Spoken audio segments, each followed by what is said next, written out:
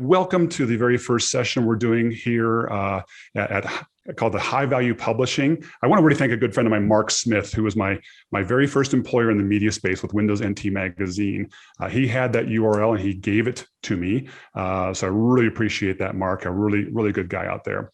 But we're going to dive in here and going to talk about some various topics. The whole point of these sessions is to help as many publishers as I can. So I can only work with so many publishers personally at any given time. And in doing so, I have to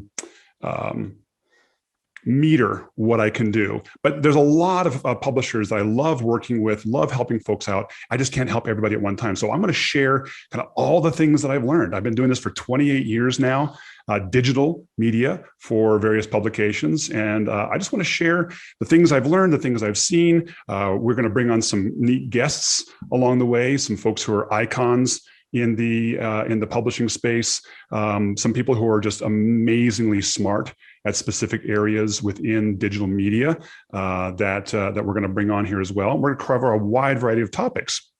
Would definitely like you all to also submit your topics and ideas. As a matter of fact, let's go into a little quick thing here. I'm going to go ahead and share my screen. We'll just kick this off a little bit about my background. For some of you, most of you know me, some of you may not. Like I said, I've been doing this for 28 years, way back when in the early 90s with Windows NT magazines where I cut my chops on this. So believe it or not, I've been the senior vice president of digital for multiple media companies in the B2B space, in the consumer enthusiast, hobbyist space, in the news space. And now I consult. I help publishers and media companies with their digital audience, their revenues, their technologies. We focus on just strategy, but I love to get my hands dirty, help with execution, train the staff, and help support them. If you want to learn more about that, go check out nearviewmedia.com. You can check that out. And then just a little bit of housekeeping before we get kicked off here. These sessions are being recorded, so we will record all of these. I've got a really good editor, which is fantastic. He'll chop off the beginning of this and all the mess we have with the green screens. They will all be available usually by the end of the week. They'll be available on my website. They'll be available on YouTube. And we're going to be launching this all in podcast format starting in February. We have a few episodes under the belt before we launch it as a podcast. I would hope you guys will submit questions and topics either now or in advance. I'll show you where to do that. And please tell others in the industry, tell others in the media space about these sessions. Doesn't matter if they're in advertising, audience development, editorial, production, management, if they're the owner or publisher, tell them about these sessions. We're going to have something good in every single session that should help out pretty much anybody in the media space. We actually have a URL, highvaluepublishing.com. Again, thank you, Mark Smith, for giving me that URL. It will redirect to a page on the nearviewmedia.com website. And let me just show you what that looks like here real quickly. I'm going to pop out here, bring this up. This is the page. When you come out here, you can sign up for the session right here. This is literally just a Zoom registration link. If you sign up once, you're in. You're in, and all of the other ones you're registered for as well. Attend whichever ones that you want. So don't feel like you have to re-register for every session. You're in for all the sessions. Also, please feel free to submit a topic or question in advance. On that page, you'll see a button to do that. I'm going to give preference and preferential treatment to any topics or questions that are submitted in advance. Literally ask anything on the digital media space. You know, I've been around, I know quite a bit. I may not know your specific answer, but I will do my best to look it up and reach out to the right experts and try to help us solve this and build our businesses. So that is the housekeeping stuff. I want to give a special shout out. I really want to thank Jez and the team over at What's New in Publishing. They're getting the word out about these sessions out there starting this week. They're also going to be republishing these sessions on their site.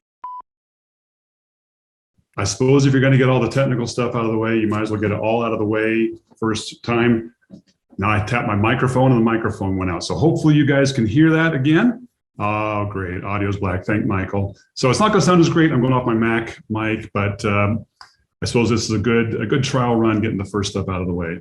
Anyway, submit your questions out here. Go to the High Value Publishing website and submit your questions in advance. I'll put them on the list. We got a whole list of tons of topics that we'll try to cover as many as we can over the length of the sessions. I wanted to kick this first one off. I don't have a lot of questions from folks in yet, but this is going to be a Q&A session. I want you guys to submit questions. Feel free to pop some in the chat if you want to, for those of you who are live, or submit them in advance.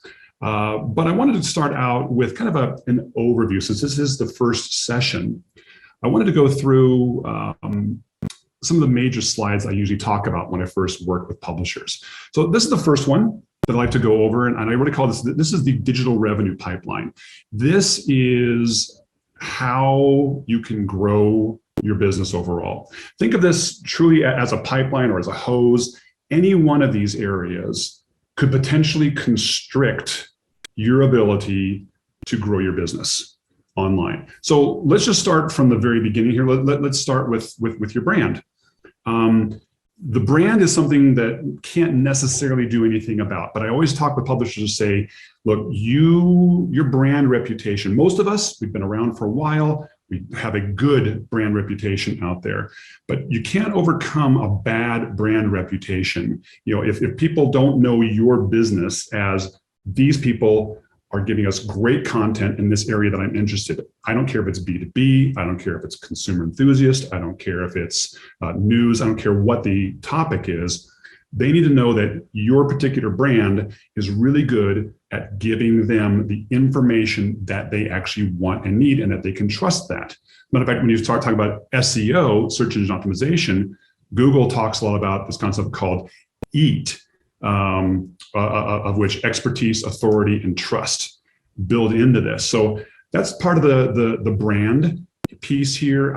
I can't overcome that. So I look at this and saying, if you're not putting out great content to meet the needs of your readers, nothing else is going to matter. None of this rest of this stuff is going to matter.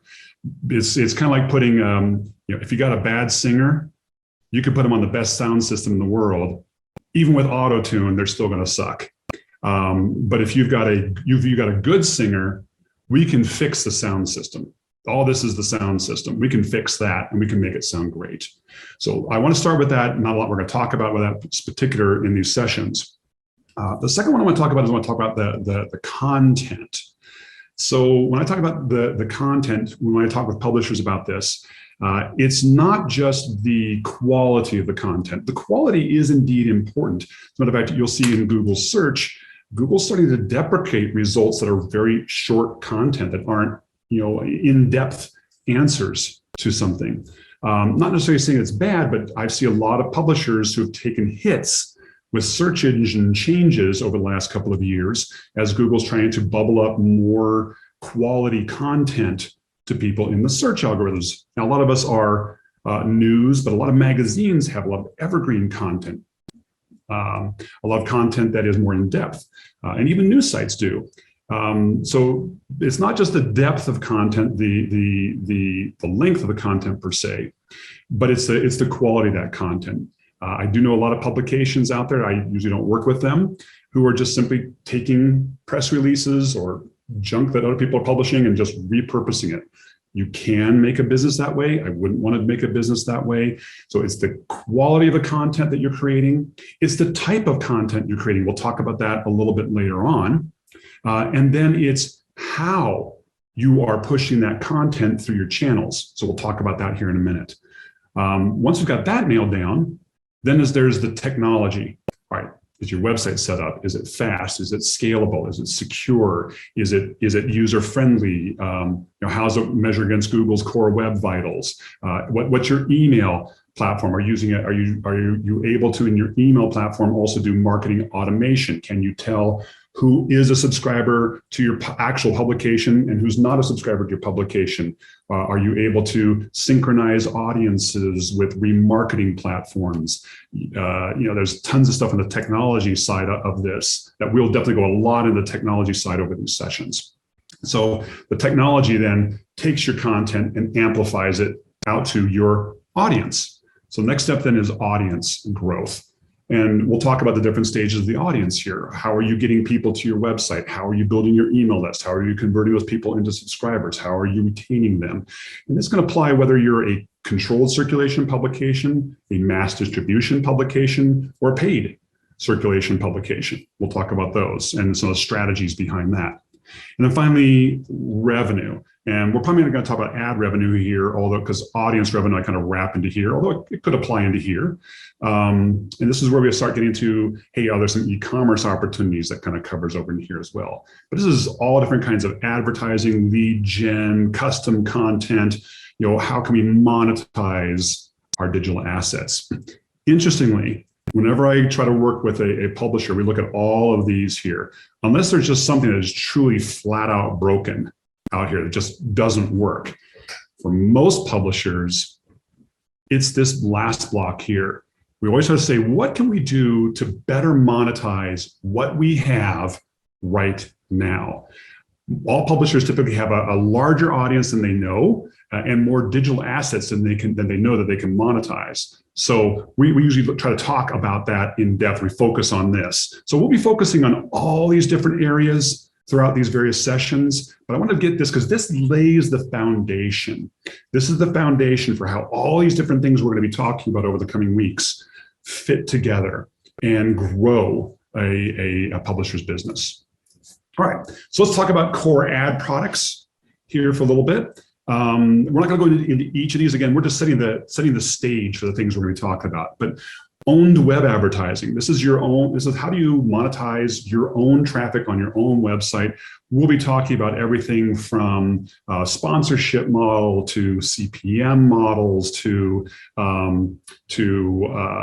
programmatic backfill and what works and what doesn't work and what are the positives and negatives about all of this. And obviously, there's differences depending upon the size of your property, the focus of your property, but a lot of publishers are still having problems monetizing their owned media, their web and their email assets. One of the big things we'll talk about during these sessions are simplifying. How can we simplify the number of ad products that we're bringing to market? I can't tell you how many times I've looked at a media kit and or even just a rate card, and there's like 20, 30, 40 different digital products that they have on their rate card. Even 20 products is too many. And it's no wonder the sales reps can't even keep up with all the things they have to sell. If they can't understand that, how in the world can they sell that to somebody? So we'll talk about all these things and how to simplify these, bring more value to these, and drive more revenue out of your owned media. So web advertising, email advertising, sponsored emails. I know most of us in the publishing space do sponsored emails. If you're not, we'll talk about that. We'll also talk about some ways you can set up your lists so that you're not damaging your email newsletter subscribers when you're sending out sponsored emails. For some properties, directories can actually still be a very profitable part of the business. I know a lot of city and regional magazines do this, you'll see the top doctors or best dentists or things like that. You'll see a lot of city regional. I see this working really well in some B2B publications that I'll show you here as well. One company I know is making like $600,000-$700,000 a year off of a really well done kind of business directory of the top products in their market. Really cool stuff. Talk about lead generation and nurturing and the kinds of products that this especially works well in the B2B market. It can work well in consumer markets too, but it's mostly in the B2B market. How can we generate leads and nurturing? All B2B customers, they want their lead addicts. So we'll talk about that. One of the things I want to just talk about here is we are going to also go into how you can help your advertisers perform better when they advertise with you. We've all been there. We've all seen creative that just completely sucks from the advertisers, and then they blame the publisher. I got a really great session we'll talk about on that, about how to help your advertisers perform better, and also how we can track and show the publishers better the advertisers better how we are sending traffic to them and growing their stuff. Promotions, these are things like sweepstakes, contests, things like this. You'll see this working usually better in the consumer space than in the B2B space. But I'll also put in here things like in the lead generation space, webinars, even some virtual events can fit into this. Sponsored content, this works both in the consumer space and the B2B space. Co-branded social media advertising, this is letting people advertise on LinkedIn, on Facebook, on Instagram, on Twitter, through your brand, and how to position that and how to monetize that.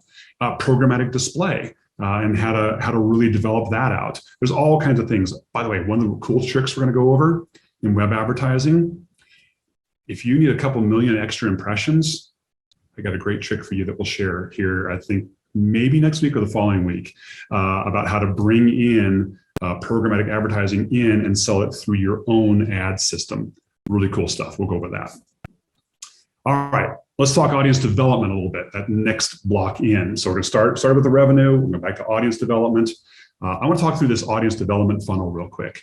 So if this is your potential market, right? So if you're in a B2B trade journal, for example, and you service North America, your market's between US and Canada with this particular demographic, right? That's the people who should be reading your publication, whether it's digital only, whether it's online, whether it's your email, whether it's your print, whatever. If you are a regional publication, business or regional consumer, same thing. You know your particular geographic region and you know the demographics you're trying to reach. So whoever your potential market is, we want to identify that. Our goal is to move people down this funnel. So our goal is to move people from here to website visitors. Basically, I know it's awareness, but you oftentimes will sometimes hear this as, attract, retain, convert. How do we attract people to our site? And this is the easiest step, getting them from here to here. It's just a click. There's no big commitment. I see a lot of publications will try to, go out and, especially paid publications, they'll try to go out to a market and they'll try to run a circulation ad. And they'll try to get people to, hey, buy our magazine, right? Or whatever it may happen to be, or even just sign up for our magazine. It's too big of a step. I don't even know who you are. It's kind of like walking into a coffee shop, looking at someone who's cute and saying, hey, I'm pretty cute, want to marry me?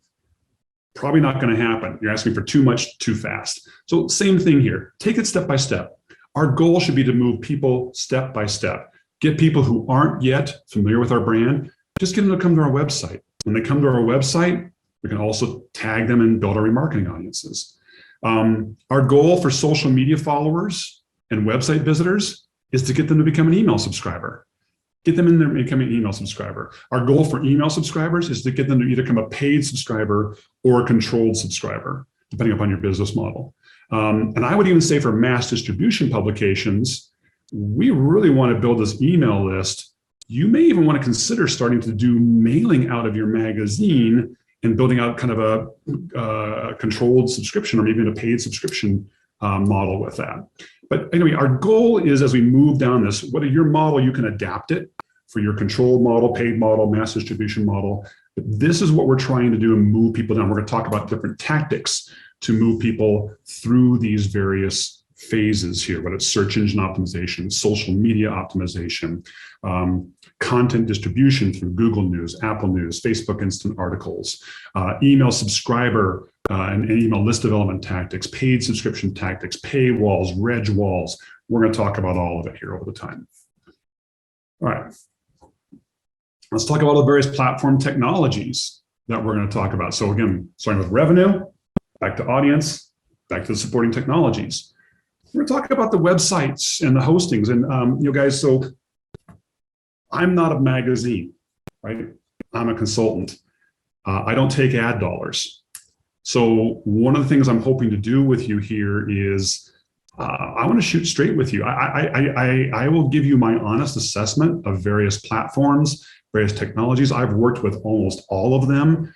Some I haven't, and I'll be very honest with the ones I have and haven't, but I'll shoot straight with you guys. I'll let you know, hey, this is what I really think about this. Here's the positives, here's the negatives, and I don't have to worry about the spin on it because they're a potential advertiser. They're not a potential advertiser. Now, I have a great deal of respect for almost all the companies that are out there. But again, there's positives and negatives. So we'll talk about this, but your website, your hosting, this is the foundation. I often talk about you wouldn't print your magazine on toilet paper.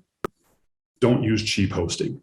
There's a reason why we want to build this up. Your email, marketing automation, and CRM, sometimes also called a unified data platform, UDP or CDP, whatever you want to call it.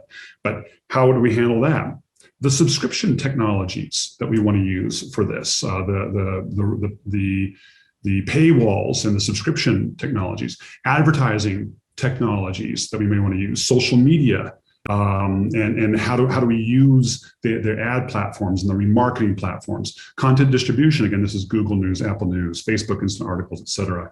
We'll talk about some virtual event stuff and webinar stuff if you want to. We'll talk about some promotions, audio, video, and we're definitely going to talk about analytics and tagging and how do we work through these. So these are all the technologies that we'll talk through. Hopefully I'm giving you guys some ideas of some questions that you want to ask. And again, if you have any questions along the way, feel free to pop those in the chat or even in the Q&A section there on Zoom, or put that in that form and we'll tackle them in a future session. Then we're going to talk about content. So now we're going to move to the content piece. Again, revenue, audience, technology, content.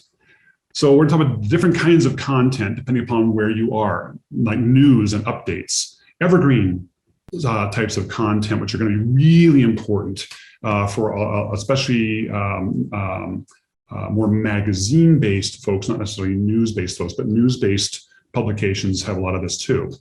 Directory type content, event content, community submitted content, whether it's comments or groups or forums, data. There's some great data applications in the regional business publishing space, AABP markets. They oftentimes will have these book of lists, all this great data about companies, and how do you leverage that? How do you use that as content that can be attractive to people?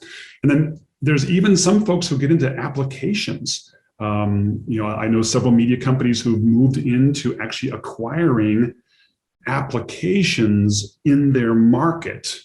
I've seen this mostly in the B2B space, sometimes in the consumer enthusiast space, but they're now saying, hey, it's an actual application that does something or helps them with something. So we'll talk about all of these, but I'm going to try to focus on the most popular content types and how to leverage those. And this is a big one. This is one where I always, I'm really rocking the boat, especially when it comes to editorial content. Changing our flow, our mindset. This is when I know that a publication has made the jump and is truly digital, is when their website is the focus, not the print publication. I still see a lot of publications where the issue is the focus, whether it's the daily newspaper, whether it's the weekly business update and regional, whether it's the monthly magazine, whether it's the quarterly magazine, whatever it may happen to be. Everything revolves around the issue and the production cycle around that issue. We're all facing challenges. In fact, there's some people who are going to be on this thing who don't have print publications anymore. They are only digital. I want you to think of your publication as a distribution mechanism rather than the core. We're going to focus on hey, we're going to publish everything to the website, and then that's immediately going to push out to organic social media. It's immediately going to push out through content distribution channels like Google, Apple, Facebook. It's immediately going to update a native iOS and Android app. It's immediately going to push out website notifications. Once a day or once a week, it's going to push out via email, newsletter. And then once a month or whatever our publication cycle is, it's going to go out in both print and maybe a digital flip book format. We'll talk a little bit about digital flip books too. But this is what we're going to talk about here, is changing this flow and all these ways that things go out. And when a publication has really made the shift, they're going to publish website first. And they're going to push through all of these channels. There are some notable exceptions to this. I mean, obviously, if you're paid, like book publishers, for example, which isn't, I do work with some book publishers, but I'm talking mostly periodical publishers here is what we're talking about with this. But this is a really big one. Lots of questions, lots of debate that I hear from some folks, but truly treat your publication almost as if it was like a big email newsletter, rather than the publication being a center and a website being a spoke off of it. This is when I know publication has actually made the change and has embraced the digital side of things. All right, so we're going to try to keep these sessions to around half an hour with the core, and then we'll have some room for Q&A afterwards. So we're right about there at this point here. But I want to talk about, here's some of the future topics. This is just some of them. We've got a list of maybe 30, 40, 50 of these over here. But these are some, and I'd love to hear from you guys what things you want to see us cover in these sessions. But we're going to go in depth into Google Publisher Center. What is Google Publisher Center? How does it work? How does it bubble up your content better into Google News and Google Discover? What is Google News and Google Discover? How does it differ from Google Search? We're going to talk about accelerated mobile pages, AMP.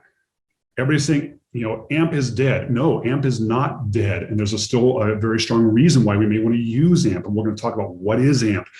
What's it used for? What's going on with it? How do we use it? We talked about web-centric publishing just before. Co-branded social media ads, how to create them, how to set them up, how to do them. Audience extension advertising. Hey, if I've only got 400,000 impressions a month on my website, how could I actually get in an extra 1 million impressions from programmatic remarketing to my audience, but bring it in and deliver it through my own ad system? We'll talk about that. SEO for publishers, the technical SEO, the on-page SEO, what do editors need to look for when it comes to SEO? Social media optimization. This is a big thing a lot of publishers don't even think about. What does my site look like when it's on, shared to social media? Core Web Vitals, big thing, a big ranking thing. What's that mean? Tagging and remarketing, monitoring email reputation, the iOS 15 impacts, optimizing subscription pages, paywalls, Google Search Console, the list just goes on. So please submit them. And interesting, Michael. Michael just said, what is blockchain's future in the publishing vertical? That's an interesting concept. We'll try to tackle that. I will be the first to admit I am not a blockchain expert, but I know a couple of people who are. So maybe we'll bring them on as a guest down the road. But Michael, I'll add that one to the list. We're going to tackle this one, and we'll start next week. Same bat time, same bat channel. However, I'm hoping we won't have anywhere near the technical issue.